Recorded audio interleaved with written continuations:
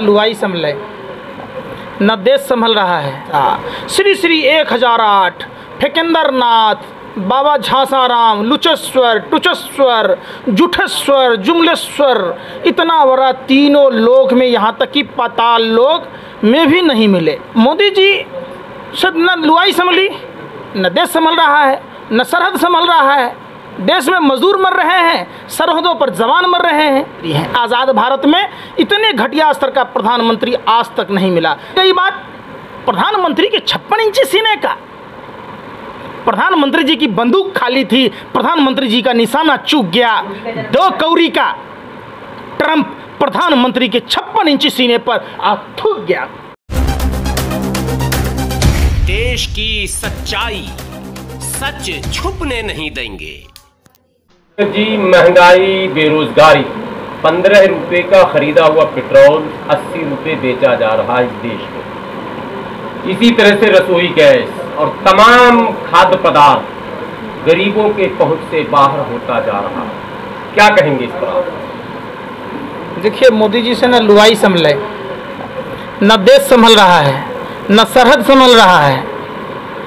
मोदी जी जब से आए हैं, तीनों लोक में मोदी जी जैसा श्री श्री 1008 फेकेंद्र नाथ बाबा झांसाराम लुचेश्वर टुचेश्वर जुठेश्वर जुमलेश्वर इतना बड़ा तीनों लोक में, यहाँ तक कि पाताल लोक में भी नहीं मिले।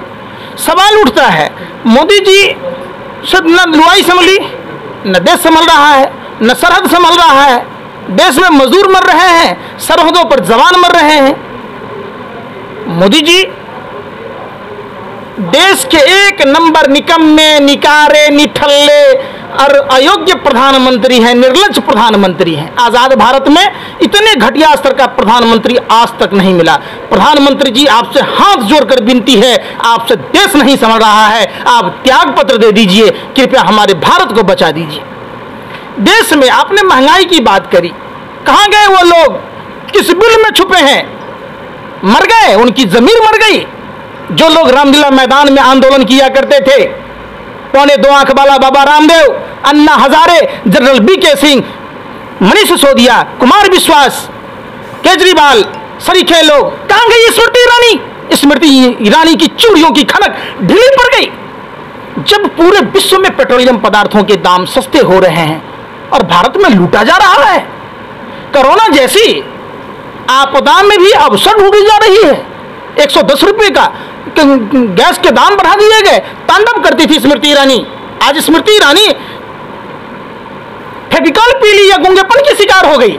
ये लोग जो रामलीला मैदान में देश को एक षड्यंत्र के तहत किस तरीके से अफरा तफरी का माहौल जंगल राज में तब्दील कर दिया गया। आज देश की स्थिति इतनी बदहाल है कि बगल का पड़ोसी मुल्क जो हमारे यहाँ चौकीदारी करता था, जो हमारे यहाँ हींग शिलाजीत बेचता था, जिस नेपाल से हमारे बेटी रोटी के संबंध थे, उससे भी संबंध बिगड़ गए। उसने भी युद्ध की खुली चुनौती दे दी। रह गई बात प्रधानमंत्री के 56 इंची सीने का, प्रधानमंत्री जी की बंदूक खाली थी, प्रधानमंत्री जी का निशाना चूक गया। 2 कौड़ी का ट्रंप प्रधानमंत्री के 56 इंची सीने पर थूक गया। प्रधानमंत्री की डिजिटल बेइज्जती की पूरा विश्व ने देखा है।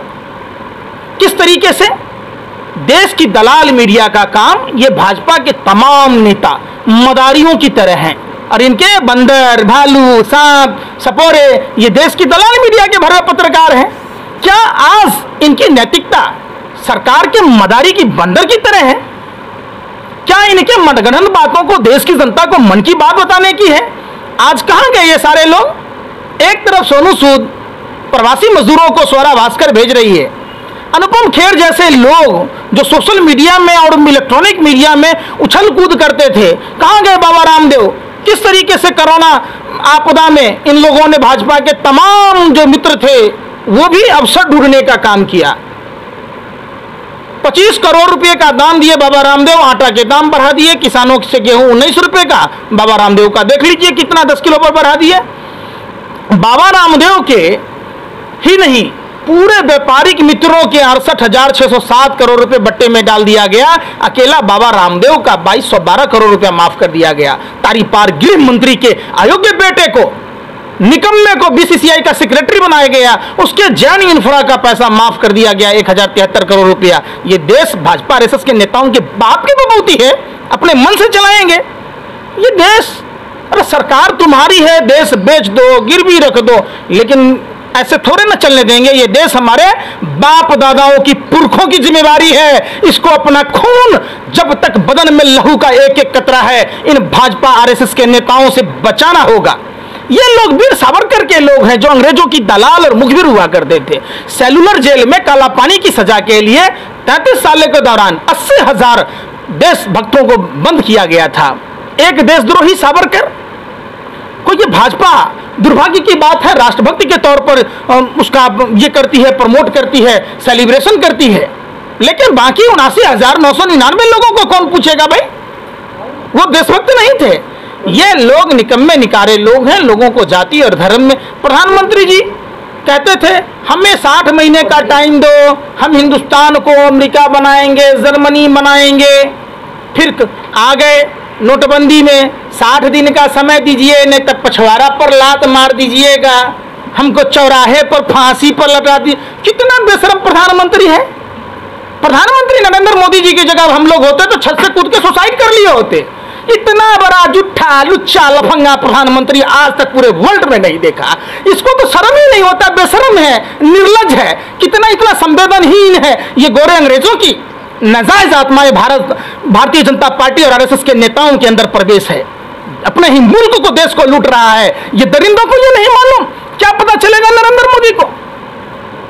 इसने अपनी लुआई को छोड़ दिया। आप बताइए, घर में था, पनौती इतना बड़ा है नरेंद्र मोदी, घर में था, बाप को हार्ट अटैक हो गया, चाय के दुकान पर था तो कांड कर दिया, गुजरात में था, गुजरात तबाह हो गया, देश में है, पूरा देश तबाह है। देश अमन भाईचारा से, अगर आप 4 भाई हैं आपस में लड़ेंगे तो आपका घर कभी नहीं बसेगा। ये घर बसेगा आपस में प्रेम मोहब्बत से। ये लोग पूरे देश में नफरत के जहर घोल घोल कर कहाँ मर गया? वो कह रहा था बुलेट ट्रेन का सपना दिखा रहा था, बना दिया इंडियन रेलवे को बुलेट ट्रेन। बात कर रहे थे भाइयों बहनों मित्रों, हवाई चप्पल वाला भी हवाई यात्रा चलेगा। ये गोरे अंग्रेजों की नाजायज औलादे की सरकारों ने देश के गरीब मजदूरों से, ये जुल्मी अत्याचारियों ने ये गाना निकाला था, नमक रोटी खाएंगे भाजपा को जिताएंगे, नमक हराम नमक हलाल। संवेदनहीन दरिंदे नेताओं ने देश के युवाओं से, किसानों से, माता एवं बहनों से, कामगारों से, मजदूरों से कहना चाहते हैं अपने टूटे फूटे चप्पल बचा के रखना। जब ये भाजपा के नेता आपसे वोट मांगने आए, इनका स्वागत चप्पल जूतों से करना, ताकि इनकी औकात का पता चले। एक बात बताइए, ये लोग प्रभु श्री राम की बात करते हैं। प्रभु श्री राम जब लंका पर विजय प्राप्त किए तो उन बंदरों का सहयोग था। किस तरीके से हिमाचल प्रदेश की सरकार, उत्तर प्रदेश की सरकार बंदर मारने के लिए पुरस्कार दे रही है? ये लोग असुर प्रवृत्ति के लोग हैं। रामायण में देखा है, हर भगवा वस्त्र पहनने वाला, हर प्रभु श्री राम का नाम लेने वाला राम भक्त नहीं हो सकता।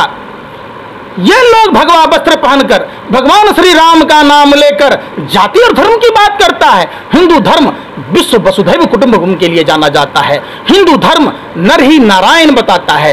हिंदू धर्म त्याग तपस्या बलिदान करुणा क्षमा के लिए जाना जाता है। ये दरिंदे क्या जाने, ये राक्षसों की प्रवृत्ति के लोग ये देश और मुल्क को पूरे वर्ल्ड में मूर्खों का देश बना दिया। मोदी जी, आप इतने निर्लज कैसे हो सकते हैं, निष्ठुर कैसे हो सकते हैं? आपके ताली थाली बजाने से पूरे देश ने ताली थाली बजाई। आपने भाजपा के 40 साल पूरे होने पर जश्न मना लिया। आपने फूलों की वर्षा कराई। क्या उन मजदूरों की मौतें हुई? वो मौत नहीं, हत्या था।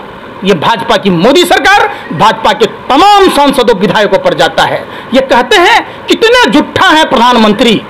ये कहते हैं 1 करोड़ लोगों का इलाज आयुष्मान योजना के तहत हुआ, जबकि देश में 59 लाख मरीज हैं। आपने पाकिस्तान वालों को भी कर दिया क्या? बिरयानी खाने जाते हैं अपने दोस्त के यहाँ साल ओढ़ने, शर्म नहीं आती है आपको? झूठ बोलते। इनकी वित्त मंत्री कहती है 71,738 मैट्रिक टन दाल हमने बांटी। 1 मैट्रिक टन में 1000 किलो होता है। मतलब एक आदमी को अगर 100 करीब लोगों को बांटा तो आपको 17.5 किलो हिस्सा। अगर 4 आदमी का परिवार है तो 85 किलो दाल दे दिया। वाह! इनकी स्मृति ईरानी कहती हैं 80 करोड़ परिवारों को राशन दिया। देश की आबादी 130 करोड़ है। तो आपके बांग्लादेश वाले अपने फूफा फूफी के यहाँ देने गए थे, इमरान खान के यहाँ हैं? कितने बेशरम मंत्रियां हैं, इनका 20 लाख 1000 करोड़ का पैकेज, इनके वित्त मंत्री को नहीं पता 20,000 और 20 लाख में क्या अंतर होता है। जब इन्होंने डाटा बताया दिन वाइज, अगर आप कहेंगे तो मैं डाटा भी बता सकता हूं, खर्चे पूरे नहीं हुए क्योंकि झूठ बोल रहे थे। हवा में हलवा बनाना था, कितना ड्राई फ्रूट डालना है, कितना घी चीनी डालना है, भाजपा आरएसएस के नेताओं को नहीं पता। ये लोगों ने देश के साथ धोखा दिया है। देश इस धोखे के लिए कभी भाजपा आरएसएस के नेताओं को माफ नहीं करेगी।